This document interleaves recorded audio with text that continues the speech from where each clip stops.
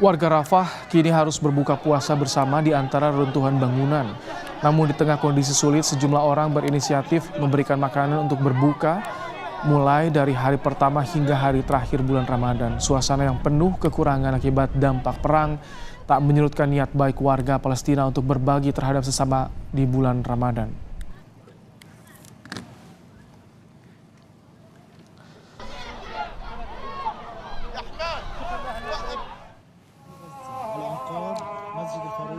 Sementara saat sholat tarawih, warga Gaza ramai-ramai berkumpul menjalankan sholat tarawih di tengah keterbatasan fasilitas bahkan tanpa listrik dan lampu. Pengungsi sholat tarawih di antara puing-puing reruntuhan Masjid Al-Faruq di Rafah, Selatan Gaza.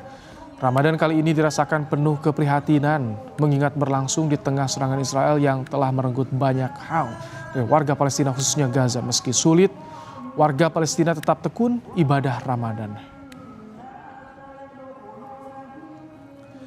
Seperti apa saudara-saudara kita di Gaza saat ini sedang menjalankan Ramadan di tengah perang? Kita terhubung dengan relawan Mercy Fikri Rafiul Haq dari kota Han Yunis, Gaza Selatan, Palestina. Assalamualaikum, selamat petang Mas Fikri.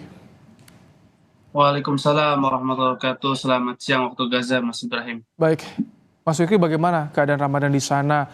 Bagaimana warga Palestina mendapatkan makanan, air untuk berbuka dan sahur di tengah situasi yang sulit saat ini?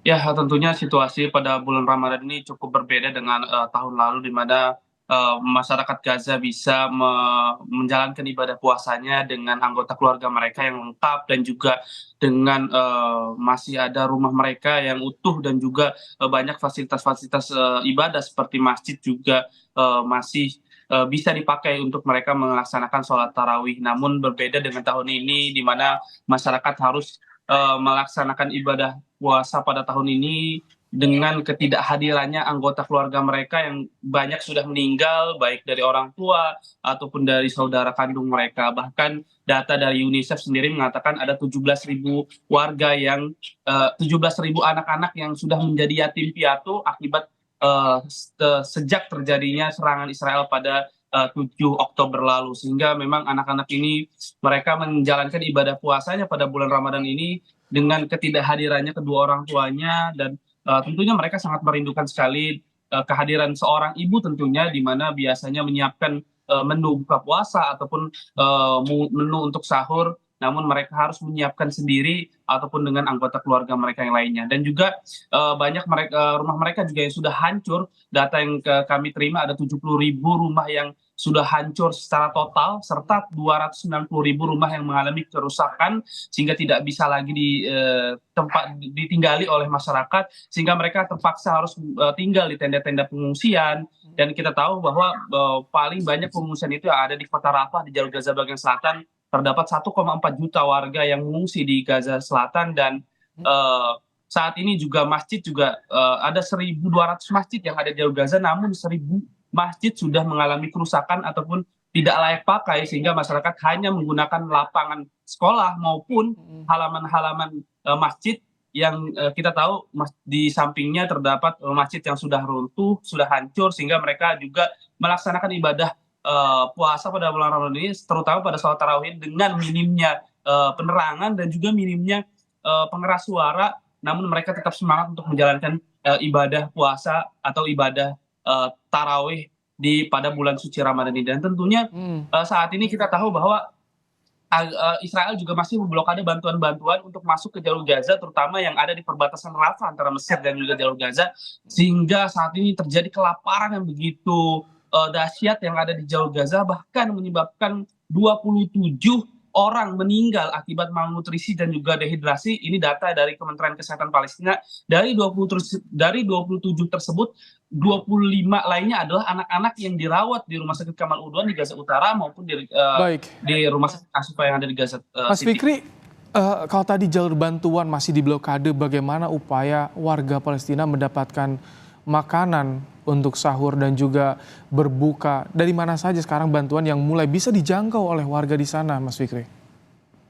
Ya mungkin mereka mengandalkan bantuan-bantuan yang sudah lama sekali mereka dapatkan karena kita tahu bantuan juga masih sangat sulit sekali lagi untuk masuk ke jalur Gaza sehingga memang banyaknya bantuan itu seperti makanan kaleng sehingga mereka bisa memasak makanan-makanan kaleng tersebut. Kalau tidak ada mereka ya memasak seperti kentang rebus untuk sahurnya, dan nanti ketika berbuka puasa pun mereka juga memasak kentang rebus lagi, dan terus berulang seperti itu saja, karena mereka tidak memiliki bahan atau ketersediaan bahan pangan mereka sangat menipis. Bahkan dari data Kementerian Kesehatan Palestina mengatakan ada 2.000 tim medis yang bertugas di Gaza Utara. Mereka melaksanakan puasa, namun mereka tidak melaksanakan sahur ataupun berbuka puasa karena minimnya bahan pangan yang mereka punya, serta mereka harus bertugas selama 24 jam untuk merawat korban agresi militer Israel ini, yang kita tahu bahwa setiap harinya, setiap jamnya bertambahan, dan datanya sudah menyentuh angka 31.500 lebih, dan di mana diantaranya 13.700 lainnya adalah anak-anak dan 9.100 adalah dari kalangan wanita, serta korban luka-luka juga sudah menyentuh angka 73.500 lebih, dan sekali lagi mayat mereka adalah anak-anak dan juga perempuan. Tentunya ini juga membuat sulit masyarakat untuk menjalankan ibadah puasanya, namun sekali lagi mereka tetap semangat, mereka tetap berjuang, dan tetap teguh untuk menjalankan ibadah puasanya di bawah agresi militer Israel, dan dibayang-bayangi dengan gencatan senjata yang tidak menentu sampai hari ini, yang masih terus dilakukan diskusi antara kedua belah pihak di mediator oleh Qatar dan juga Mesir. Di Han Yunis banyak pengungsi juga di sana. Bagaimana kondisi Han Yunis? Apakah juga ini, kan tadi ada wilayah yang terkena serangan rudal, ada bangunan yang rusak. Kalau di Han Yunis bagaimana saat ini kondisinya, Mas Fikri? Ya, di kota Khan Yunis pun tidak terlalu jauh ya berbeda dengan kondisi-kondisi daerah lainnya, karena kita tahu di Khan Yunis ini masih ada di jalur Gaza bagian selatan. Semenjak gencatan senjata yang sementara berlaku 1 minggu pada tahun lalu, ya Israel, mereka Perdana Menteri Israel Benjamin Netanyahu pun mengatakan mereka setelah gencatan senjata akan melakukan serangannya terhadap jalur Gaza Selatan, dan mereka akan membuat kota Rafah atau kota Khan Yunis yang ada di Gaza Selatan ini seperti yang ada di jalur Gaza Utara, yang kita tahu di sana sudah rumah sudah tidak terlihat satupun, mungkin sudah hancur lebur di sana, bombardir sudah sangat intens, dan seperti itu kondisi yang ada di Gaza Selatan pun tidak jauh berbeda. Namun bahkan ada persyaratan-persyaratan yang diusulkan oleh Hamas atau pejuang Palestina yang terbaru, namun ditolak oleh Perdana Menteri Israel, dan mereka malah justru Perdana Menteri Israel Benjamin Netanyahu mengatakan bahwa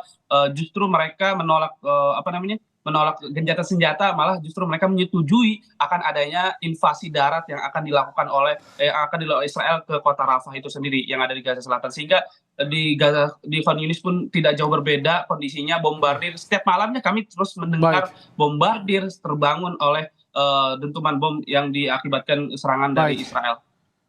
Tentu kami semua berharap perang ini, agresi militer ini segera disudahi agar tidak menimbulkan korban yang lebih banyak lagi. Terima kasih Fikri Rofiul Haq, relawan Mercy, yang telah menyampaikan bagaimana kondisi terkini dari Gaza Selatan saat bulan Ramadan. Terima kasih Fikri, Assalamualaikum. Waalaikumsalam.